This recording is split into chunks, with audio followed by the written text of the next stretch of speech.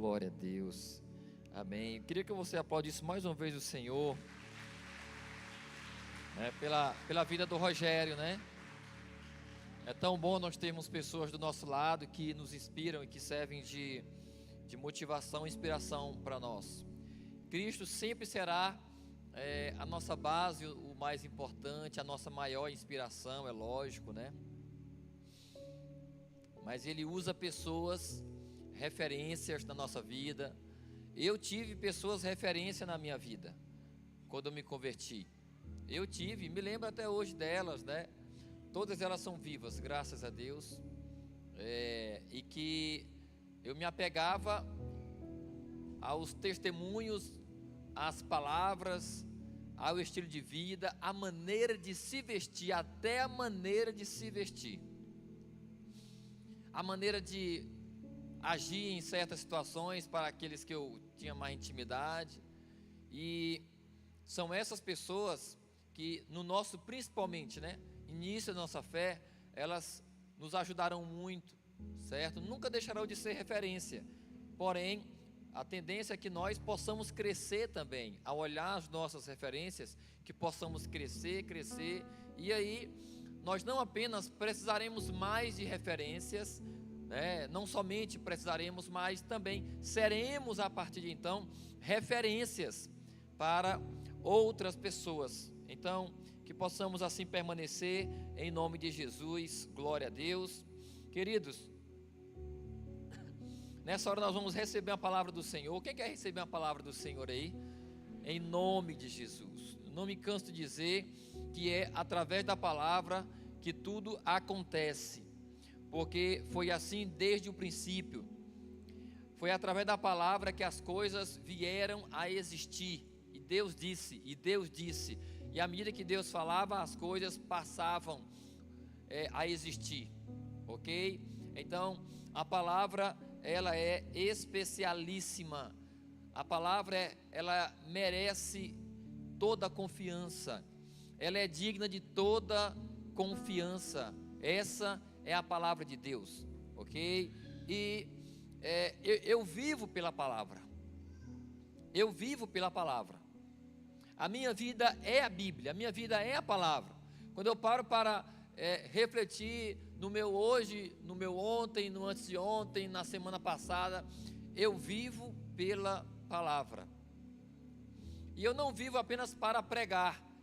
Eu não leio a Bíblia somente para pregar. A maioria esmagadora das vezes que eu leio a Bíblia porque eu sirvo ao Senhor e amo a palavra e quero permanecer nele. Então, eu estava aqui agora antes de subir, porque o reino de Deus, ele está em constante movimento. E se você está no reino, você vai permanecer em constante movimento. Quando você para, você é sinal de que você está se afastando ou saindo do reino, ok? Eu até ministrei hoje um pouco disso hoje pela manhã ali na confraternização da Mensageira de Deus, né? Então o que acontece? Quarta-feira agora eu estava aqui nesse altar pregando para os casais. Quarta-feira. Sexta-feira estava lá na casa do Joel ministrando a palavra e batizando 28 pessoas. Hoje pela manhã estava na chácara ali do Mãozinha, na confraternização da MD, ministrando mais uma palavra. E agora estou aqui ministrando mais uma palavra. Essa é a minha vida. Essa é a minha vida. Eu vivo pela palavra de Deus, e é por isso que eu estou vivo, e mais vivo do que nunca. Amém? A palavra nos faz vivos, e o tema da mensagem de hoje é o segredo para uma vida vitoriosa, que é justamente essas três coisas que eu quero falar. Diga assim: a palavra, a obediência e o Espírito. A palavra, a obediência e o Espírito. Querido, uma das coisas que o diabo vai tentar fazer com você é que você pare. E geralmente ele vai contra você, ele vai dar pressão em você, ou por um problema que você, não teve culpa, ou por um erro próprio seu, ou por uma situação corriqueira, e tudo isso misturado vai dando pressão, e a sua fé, ela vai diminuindo, e a sua visão, ela vai ficando turva, a sua expectativa para o amanhã já não é tão viva, tão forte a expectativa, e então você começa a se isolar, e então você começa a parar, e então você começa a diminuir, e então você se fecha, e é tudo isso que o diabo quer. É tudo isso que o diabo quer. E então vem a tristeza profunda, e então vem uma agonia que corrói de dentro para fora, e então o medo nasce como nunca dentro de você, e então as dúvidas, elas aumentam e se multiplicam dentro de você. Ou seja, o que o nosso Deus, Ele quer é que você não viva assim. O diabo quer que você viva assim. E isso vai gerar uma vida de derrota. Se você, porventura, está dessa forma, ou sendo atingido por tais coisas, eu te sugiro, se está, o Senhor hoje, Ele quer tirar você dessa realidade, deste lugar. Se você está se vendo, sendo enredado por isso, e sendo levemente, sutilmente arrastado por isso, abra os olhos hoje. Abra os olhos hoje. O Senhor está aqui para abrir os teus olhos, porque o desejo de Deus é que você tenha uma vida vitoriosa. Amém? Esse é o desejo de Deus para você. Esse é o seu desejo também? Hein? Se manifeste de alguma forma aí. Eu vou dizer de novo, o desejo de Deus é que você tenha uma vida vitoriosa. É o seu também? Amém? É o seu, é o meu, é o nosso desejo. Até porque o ser humano, ele é a coroa da criação. Ele é a obra-prima de toda a criação. E olhe que existem coisas espetaculares, esplêndidas, magníficas, coisas que enchem os nossos olhos em toda a criação. Mas não há nada mais importante do que o ser humano, do que você, querido. Então, o que Deus quer é que você tenha uma vida vitoriosa. Porém, tudo depende. Tudo depende. Para que possamos ter uma vida vitoriosa, nós precisamos fazer o que é certo, segundo Deus. Segundo Deus. A vida vitoriosa que eu falo, ela vem de Deus. E ela é uma vida vitoriosa, tanto materialmente quanto espiritualmente, porque o diabo muitas vezes dá vitórias para algumas pessoas. Muitas vezes algumas pessoas prosperam e têm uma certa aparência de vida boa, mas estão destruídas. E o final de tudo vai ser o quê? Condenação eterna. A vida vitoriosa de Deus para nós é uma vida abundante. É vida abundante aqui na terra e depois da terra. E para isso, nós precisamos dessas três coisas: a palavra, a obediência e o Espírito. E eu quero que você abra sua Bíblia aí em Atos, rapidão. Capítulo 1. Atos, capítulo 1. Glória a Deus. Atos, capítulo 1. Aleluia. Nós vamos ler aí os versículos 4 e 5 e depois o 8. Atos capítulo 1, versículos 4 e 5 e depois o 8, em nome de Jesus. Glória a Deus. O texto vai dizer: certa ocasião, enquanto comia com eles, aqui é Jesus, ok? Certa ocasião, enquanto comia com eles, deu-lhes esta ordem. Jesus deu uma ordem para os discípulos: não saiam de Jerusalém, mas esperem pela promessa do meu Pai, da qual falei a vocês. Aqui era uma palavra que estava saindo da boca de Jesus para os discípulos. Diga palavra. Era uma palavra. Não saiam de Jerusalém, mas esperem pela promessa do meu Pai, da qual falei a vocês. Pois João batizou com água, mas vocês serão batizados com o Espírito Santo dentro de poucos dias. Aí o versículo 8: mas receberão poder quando o Espírito Santo descer sobre vocês, e serão minhas testemunhas, tanto em Jerusalém, como em toda a Judéia e Samaria, e até os confins da terra. Esta era a palavra. Então, aqui estava Jesus e os discípulos. Então Jesus deu uma palavra para eles. Esta era a palavra: não saiam de Jerusalém. Ele fez uma promessa depois, mas a palavra era: não saia de Jerusalém, não saia. Nós precisamos da palavra de Deus. Sem a palavra de Deus, nada vai acontecer na nossa vida. Sem a palavra de Deus, nada vai acontecer. E na perspectiva espiritual e eterna, muito menos. Muito menos. Então aqui é a palavra. Eles tinham uma palavra. Porém, capítulo 2 agora, versículo 1. Capítulo 2, versículo 1. Aí é onde entra a obediência. Palavra e agora obediência. Jesus disse para eles não se ausentar de Jerusalém. Ok? Do dia que Jesus disse isso, até esse dia aqui, passaram-se 50 dias. 50 dias.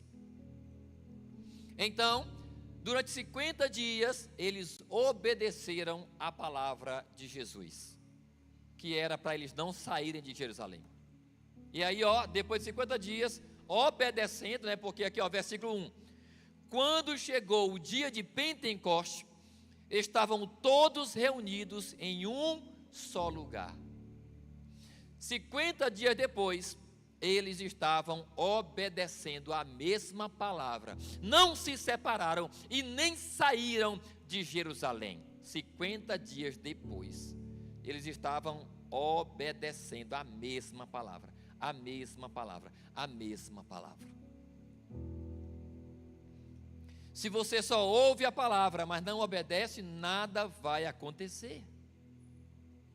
Se você só ouve a palavra e diz amém, mas não coloca em prática, nada vai acontecer. Porque a obediência faz com que a palavra, ela desça para o coração. É aquela semente que cai e de fato ela penetra na terra, e ela morre, ela germina, e ali nasce uma planta, e ali nasce uma árvore, e ali vai produzir frutos. A obediência faz com que a palavra que ouvimos desça para o nosso coração. Portanto, sem obediência não haverá frutos. E aqueles obedeceram. E agora, e aí o que aconteceu? Na verdade, o que aconteceu, que é agora o Espírito Santo. Versículo 2. De repente, veio do céu um som, como de um vento muito forte, e encheu toda a casa na qual estavam sentados. Apareceram línguas de fogo, que se separaram e pousaram sobre cada um deles.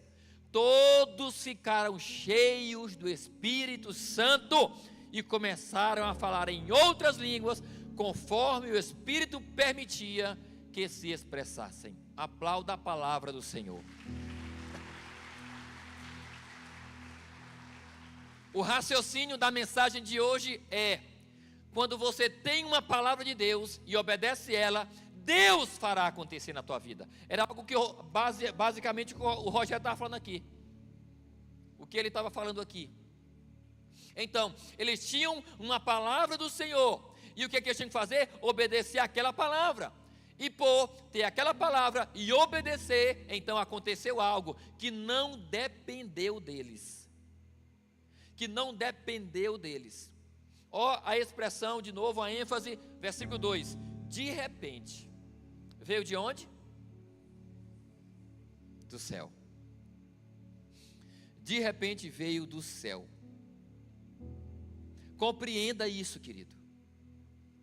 Se você se rodear, se você se encher, se você colocar dentro da tua cabeça palavra, palavra, palavra, palavra, palavra e mais palavra de Deus, você estará cheio daquilo que Deus quer para você. Porém, não adianta saber o que Deus quer. Você tem que fazer o que Ele quer, que é a obediência. Tendo então palavra na cabeça, tendo então palavra no coração, tendo então palavra ao meu redor, por todos os lados, poderei obedecer agora essa palavra. E à medida que nós obedecemos à palavra de Deus, o Espírito Santo age. A parte de Deus vai acontecer. Acredita nisso. Eu te desafio a viver dessa forma, e você não vai se decepcionar. Acredita nisso. Agora, tem um porém, também algo que o Rogério falou, a questão do tempo. Porque não adianta eu obedecer, eu ter uma palavra hoje, obedecer ela amanhã e querer depois de amanhã uma ação de Deus. Porque isso vai ser no tempo de Deus. A ação dele é no tempo dele. Porque da palavra, do momento da palavra de Jesus para os seus discípulos, até se cumprir a promessa, passaram-se 50 dias. Ou seja, um tempo se passou depois daquela palavra. Um tempo se passou. Então, não importa, nós não sabemos o tempo que vai demorar. Nós não sabemos o tempo que vai demorar. Não sabemos. Mas se você permanecer, você não vai se decepcionar. Eu quero ler outro texto com você aí, em Salmos, capítulo 37, projeta no telão. Salmo 37, versículo 5. Olha o que é que diz aí, ó. Entregue o seu caminho ao Senhor, confia nele, e o mais ele fará. Ou, e ele agirá, a NVI, né? O mais ele fará é a ARA, versão ARA. Então, entregue o seu caminho ao Senhor, confia nele, e o mais ele fará. 3 coisas aí: entregar o caminho seu ao Senhor, depois confiar nele, e aí depois é a parte de Deus, e o mais ele fará. Então, a primeira parte, entregue o seu caminho ao Senhor, depende da palavra. Entregar o meu caminho ao Senhor, um ser humano entrega o seu caminho ao Senhor depois que ele ouve uma palavra. Porque nós não conhecemos Deus. Eu não conhecia Deus até eu ouvir a sua palavra. Eu entreguei a minha vida para Ele por causa da palavra dEle. Eu entreguei minha vida a Ele porque eu ouvi a mensagem. Quem ouviu a mensagem aqui? Quem se entregou porque ouviu essa mensagem? Então, você ouviu a palavra e por isso decidiu se entregar, decidiu entregar a tua vida, o teu caminho. Então, isso fala de palavra. Entregar o teu caminho ao Senhor fala de palavra. E depois, confia nele. O que é isso? Obediência. Nós fomos lá no terreno, eu, a pastora Keliane e mais não sei quem, um dia desse, aí levamos o nosso cachorrinho, o Theo. Aí, terreno lá muito grande e tudo mais e tal, e aí, ela estava com ele, eu estava distante, ele estava querendo vir para mim, aí eu disse, pode soltar. Não, mamãe, é perigoso, ele pode ir para a BR. Solta, e ela, não, é perigoso. Solta, rapaz, solta. Aí eu até disse, ó, é por isso, ó, Deus não gosta, é por isso que Deus não gosta de quem não confia nele, né? É igual o pai dizendo, vem meu filho, pode vir. Não, eu estou com medo. Vem rapaz, eu estou com medo. Vem moço, confia, confia, né? Confia. A obediência fala de confiança. Você dá a direção, mas se a pessoa não confia, você, Não, para não dar certo desse jeito não. Por quê? Por que ele não obedece? Porque ele não acredita que vai dar certo. Porque não acredita. Não, mas não sei o que está, moço, faça desse jeito. Obedeça, confia que dá certo. Então, entregar o nosso caminho ao Senhor, fala da palavra. Confiar nele, fala da obediência. E qual vai ser o resultado? A ação de Deus. E o mais? E depois, pastor, disso? Aí é com Deus, meu irmão. Você confia que ele vai fazer? Sim ou não? Confia. Dá certo. Dá certo. Dá certo. Mas talvez de repente você olhe então para ao teu redor, né? E aí vendo muitas coisas fora do lugar, e você está querendo desistir, porque você, não pastor, mas eu faço isso, mas eu faço aquilo. Ou talvez você não tenha feito, mas também não tenha força, porque aquilo que está diante de você é ruim, aquilo que está diante de você não inspira confiança, aquilo que está diante de você mostra para você que não deu certo até hoje, e você cansou e não tem mais fé e tudo mais. Aí eu te desafio a não deixar de crer. Continua crendo. Não viva pelo que você vê, viva pelo que você crê. Aí eu te apresento Abacuque 3, 17 ao 19. Abacuque 3, do 17 ao 19. Olha o que o texto vai dizer aí, ó. Abacuque 3, do 17 ao 19. Mesmo que a figueira, aqui é um homem falando, chamado Abacuque. Mesmo que a figueira não floresça, a figueira é uma árvore que produz figos, ok? Mesmo que a figueira não floresça, nem haja fruto na videira, pé de uva, nem haja fruto na videira, mesmo que a safra de azeitonas decepcione, e os campos não produzam alimento, mesmo que não haja ovelhas no curral, nem bois nos estábulos. Olha que cenário catastrófico, apocalíptico, abismal. Nem bois nos estábulos, ainda assim eu exultarei no Senhor e me alegrarei no Deus da minha salvação. Olha o que ele diz. Olha, imagine a cena. Mesmo que a figueira não floresça, nem haja fruto na videira, mesmo que a safra de azeitona decepcione e os campos não produzam alimento, mesmo que não haja ovelhas no curral, nem bois nos estábulos, ainda assim, diga, ainda assim como, mesmo diante de qualquer realidade negativa, escura, dura, desesperançosa, mesmo assim, eu exultarei no Senhor, me alegrarei. Como é possível se alegrar diante de tanta desgraça? Como é possível se alegrar diante de tanta desgraça? Porque isso aqui é uma série de desgraças. Aqui ele estava falando de todo o seu sustento que desapareceu. Não tinha mais comida para ele, porque não tinha mais plantação, e nem mais leite, nem mais carne de gado, nem de ovelha, porque tudo morreu. Mesmo assim, Abacuque diz, e aqui é a palavra de Deus. Deus quis que essa palavra estivesse no cânon bíblico sagrado para nós. Ele quis que essa palavra chegasse até nós. Ele quis que essa experiência de Abacuque, que essas palavras de Abacuque chegassem até nós. Então, para Abacuque, mesmo que diante de tudo isso, dessa realidade de desgraça, mesmo assim, eu exultarei no meu Deus e me alegrarei no Deus da minha salvação. Por quê?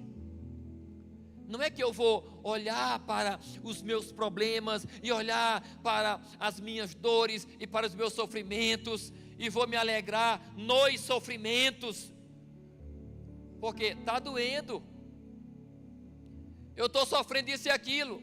Não é isso que nós temos que entender. Como é possível?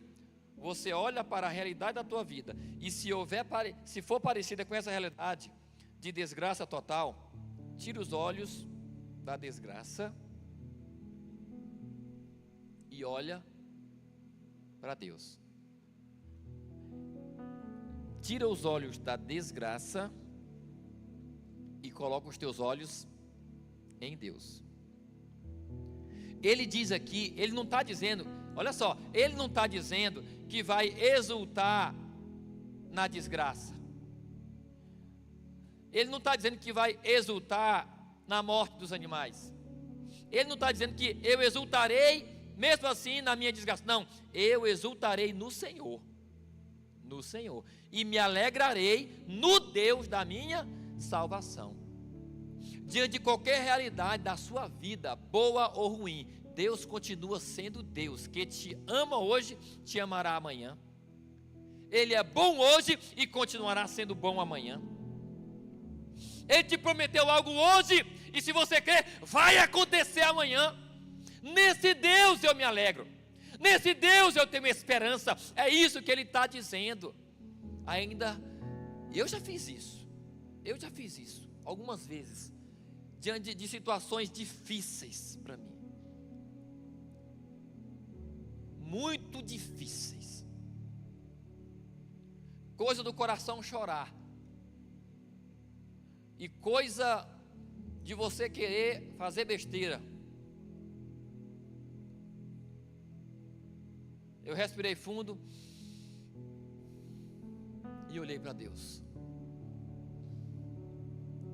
Mas o Senhor está aqui. Mas o Senhor me ama. A palavra dele não se tornou mentira. A palavra dele é verdade, continua sendo verdade. Ele me ama.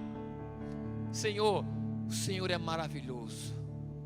O Senhor é belo. O Senhor é poderoso. O Senhor é grandioso. E o melhor, o Senhor está aqui comigo. O Senhor está aqui comigo. Quando você tira os olhos daquilo que se vê, seja bom ou ruim, e coloca seus olhos em Deus, tudo muda. Você é transportado de uma região baixa de desesperança para uma região alta e cheia de esperança. É o que ele diz aqui no versículo seguinte. O que ele diz? O versículo 19: o Senhor, o soberano, é a minha força. Olha só, ele é a minha força. A minha força, entenda, não está conectada. A minha força não depende das coisas da terra. A minha força não depende das coisas da terra. A minha força não está conectada nisso. Ele diz, mais uma vez, o Senhor, o soberano, é a minha força. Deus é a tua força. Ele tem que ser, e Ele quer ser a tua força. Quando Deus for a tua força, quando Ele se tornar a tua força, você não vai se sentir fraco diante de uma derrota humana, diante de uma ofensa, diante de uma crítica, diante de uma calúnia, diante de um prejuízo financeiro. Porque tua força não está ligada nisso. Tua força está ligada em Deus. Ele nunca falha. Nunca falhou, nem falhará.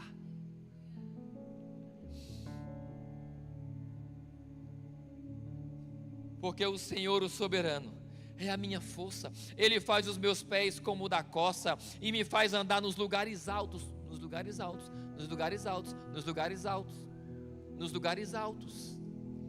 Quando nós olhamos para o Senhor, quando tiramos os nossos olhos daquilo que é terreno, daquilo que nos atinge humanamente falando, quando tiramos nossos olhos disso e colocamos nossos olhos em Deus, vemos a sua beleza, vemos a sua grandeza, vemos a sua serenidade, vemos a sua calma, vemos o seu sorriso, vemos ele de braços abertos. Oh, meu filho, vem aqui.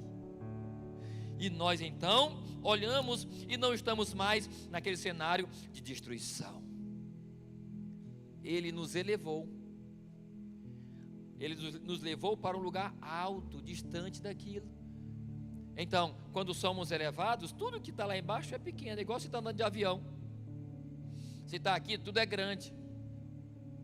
Mas quando você decola, lá em cima, tudo minúsculo, pequeno. Os problemas já não são tão grandes. Assim, Abacuque, ele orou, e assim acontece com aquele que tira os seus olhos dos problemas materiais e coloca os seus olhos em Deus. Então, esta palavra de Abacuque serve para você compreender e desejar viver a palavra que você está ouvindo. O segredo para uma vida vitoriosa é você ter uma palavra de Deus, obedecer ela e esperar em Deus. O Espírito vem, o Espírito vem, o Espírito vem. Mas mesmo em meio a isso aqui, pastor, olha para Deus, se alegre em Deus, permaneça, seja como Jó. Quero ler com você rapidão. Jó é o nosso exemplo maior, eu afirmo, na Bíblia, de um homem que sofreu, de um homem que perdeu quase tudo, só não perdeu a esposa, porque a Bíblia diz que a Bíblia não fala que ele perdeu a esposa. Então nós cremos que ele permaneceu casado até o fim de sua vida. Mas ele perdeu o quê? Todos os seus animais, todos os seus bens, e ele perdeu todos os seus filhos, que eram 10, e também perdeu a sua saúde. Só não perdeu a vida, só não morreu. Ok? Então, aqui ó, Jó, primeiramente, capítulo 1, do 18 ao 22. Do 18 ao 22, um resumo aqui ó, do 18 ao 22. Enquanto ele ainda estava falando, chegou outro mensageiro e disse a Jó: os seus filhos e as suas filhas estavam em um banquete, comendo e bebendo vinho na casa do irmão mais velho, quando, de repente, um vento muito forte veio do deserto e atingiu os 4 cantos da casa, que desabou sobre eles. E o que aconteceu? Todos morreram. Todos quem? Todos os filhos dele.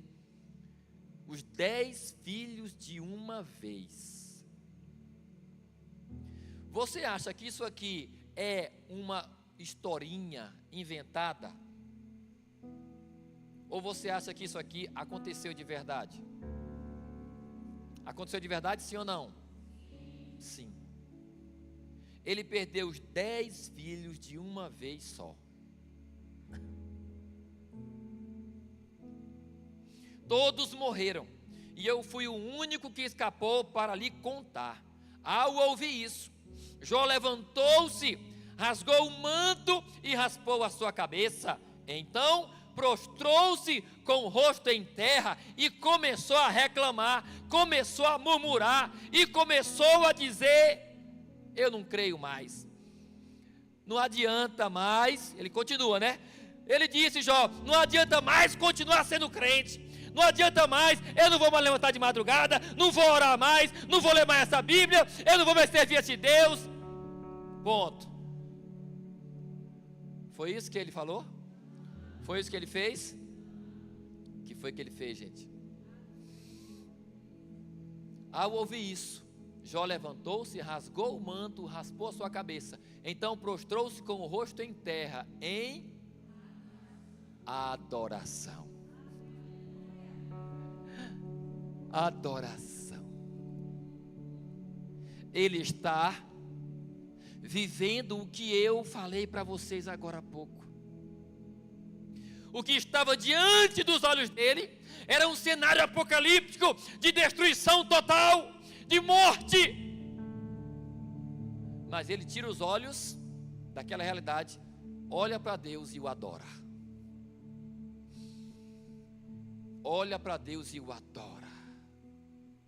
porque é isso que Deus quer de você, é isso que Deus quer de mim, é isso que Deus quer de nós. E o versículo continua o 21, e disse: nu saí do ventre da minha mãe, e nu partirei. O que ele está querendo dizer é que, tipo, eu não trouxe nada para essa terra, e quando morrer não vou levar nada também.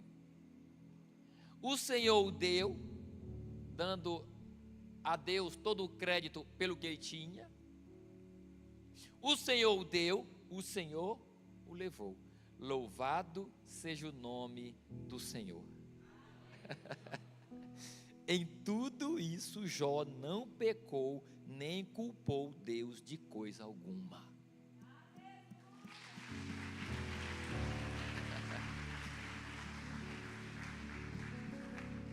Mas tem mais, pode piorar, pastor. Está ruim a situação, pode ficar pior.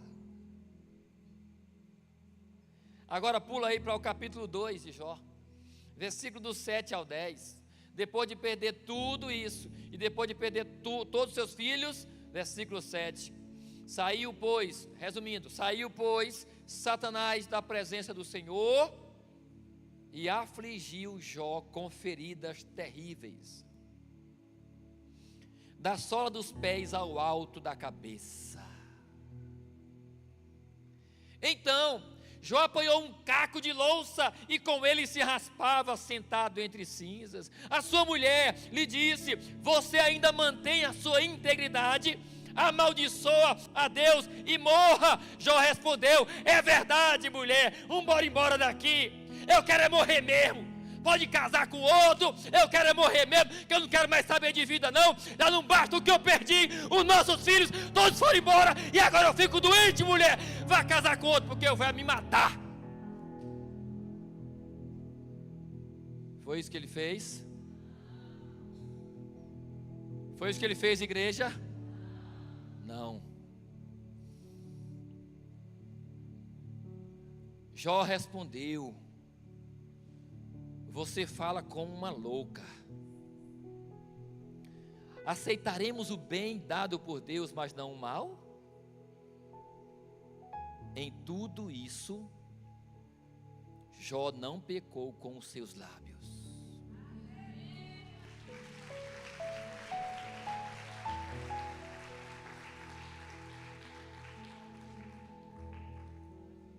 Por essas atitudes de Jó, é que Deus referia-se a ele para o próprio Satanás, dizendo: viste o meu servo Jó? Tu viu o meu servo Jó, Satanás? Homem justo, íntegro, temente a Deus e que se desvia do mal. Não há, Satanás, na terra ninguém como ele. Por isso que Deus se referia a Jó dessa forma, porque realmente era um homem exemplar. Mas por que ele era assim? Porque ele vivia essa palavra que eu estou pregando hoje. Ele vivia essa palavra. Ele tinha uma palavra e obedecia a ela. Ele tinha uma palavra e obedecia a ela. Tinha uma palavra e obedecia a ela. E poderia acontecer o que fosse, mas ele não deixava de obedecer. E o que acontecia? O Espírito se manifestava, Deus se manifestava nele.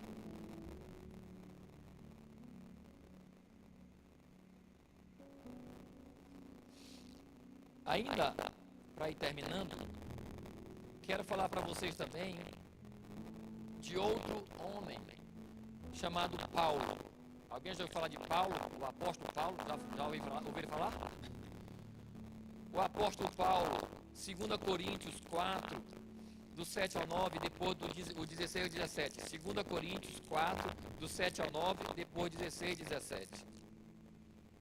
O apóstolo Paulo vai dizer: temos, porém, esse tesouro em vasos de barro, para mostrar que o poder que a tudo excede provém de Deus, não de nós. De todos os lados somos pressionados.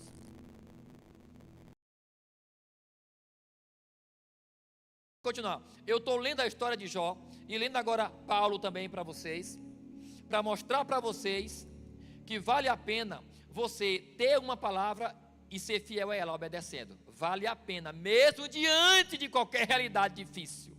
Vale a pena, vale a pena. Deus vela por ti. Deus está olhando para você. E Ele virá em teu socorro. Em nome de Jesus. Aí o apóstolo Paulo, mais uma vez, 7. Temos, porém, esse tesouro em vaso de barro, para mostrar que o poder que a tudo excede provém de Deus, não de nós. De todos os lados somos pressionados, mas não desanimados. Ficamos perplexos, mas não desesperados. Somos perseguidos, mas não abandonados. Abatidos, mas não destruídos. Tinha problema demais, Paulo. Tinha problema demais. Mas ele não parava, ele não desistia. E aí o versículo 16, 17. Por isso, não desanimamos. Não vamos nos entregar ao desânimo. Não vamos nos render ao medo. Não vamos parar da nossa caminhada no Senhor. Ou seja, por isso não desanimamos. Embora exteriormente nos gastemos ou nos desgastemos, embora exteriormente, aparentemente, materialmente, terrenamente, embora exteriormente nos desgastemos, interiormente estamos sendo renovados dia após dia. Renovados dia após dia, dia após dia. Isso vem de um homem cheio de fé. Isso tem também que vir de dentro de você. Você tem fé? Amém? Creia e tua fé vai ser aumentada. Interiormente estamos sendo renovados dia após dia, pois os nossos sofrimentos leves e momentâneos produzem para nós uma glória eterna que pesa mais do que todos eles. Os olhos de Paulo estavam na eternidade. E ele estava comparando os sofrimentos dele, terreno, com a glória que estava esperando ele, pequenos demais. O que está dizendo é, rapaz, por maiores que sejam os nossos problemas e sofrimentos, eles nunca se comparam à glória que está esperando para nós no céu. Então eu vou sofrer, se tiver de sofrer, sim. Mas a questão não é essa aqui. A questão para nós é, tenha uma palavra, e você tem. Você tem palavra dentro de você, e você tem a sua Bíblia. Levante a sua Bíblia. Levante a sua Bíblia em nome de Jesus. Você tem essa palavra que já está dentro de você, e quando esquecer, está aí na sua frente. Você já tem. Então o que você tem que fazer? Obedecer ela. E então o Espírito Santo, ele vai agir na tua vida, no tempo dele. Não desista. E para concluir, Mateus 7, versículos 7 e 8. Mateus 7, versículos 7 e 8, o texto diz, aqui é o próprio Jesus falando, Mateus 7, versículos 7 e 8. O texto diz, peçam, e será dado a vocês, busquem, e vocês encontrarão, batam, e a porta será aberta a vocês. Pois todo aquele que pede, recebe. Todo aquele que busca, encontra. E todo aquele que bate, a porta será aberta. Palavra de Jesus. Palavra de Jesus. Quem acredita que Jesus é o Filho de Deus? Quem acredita? Amém? Acredite. Como é que a gente prova que acredita? Obedecendo, vivendo. Eu quero viver isso, eu acredito que isso dá certo. Ou seja, eu vou bater e então vai se abrir. Eu vou buscar e então eu vou alcançar. Eu vou encontrar, eu vou pedir e me será dado. Me será dado. Aqui, ó, olha a ênfase. Pois todo aquele. É Jesus falando. É Jesus falando. Pois todo aquele que pede, recebe, que busca, encontra, e que bate, a porta será aberta. Pois todo, ou seja, se você quiser entrar na galeria também, dos que pedem e recebem, dos que batem a porta se abre, dos que buscam e encontram, então é só agir, é só fazer, é só não desistir. Permaneça, querido. Esse é o segredo para uma vida vitoriosa. Do que precisamos? De uma palavra, da obediência e do Espírito Santo. Você tem os três. Você tem os três. Quem tem palavra de Deus? Quem tem um coração disposto a obedecer? E quem tem Deus no seu coração? Faça valer essas três coisas. E você vai ter uma vida vitoriosa em nome de Jesus. Amém? Glória a Deus. Se coloque de pé. Em nome de Jesus. Em nome de Jesus. Glória a Deus. Não confunda, rapidão, não converse com o teu irmão.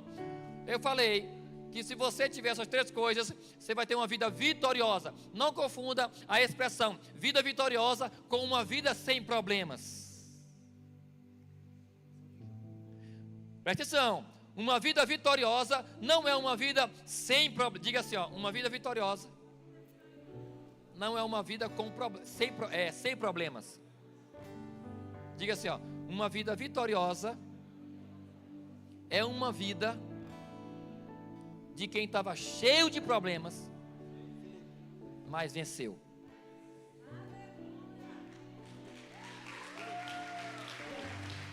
O que é uma vitória? Senão um prevalecimento contra algo que veio contra mim.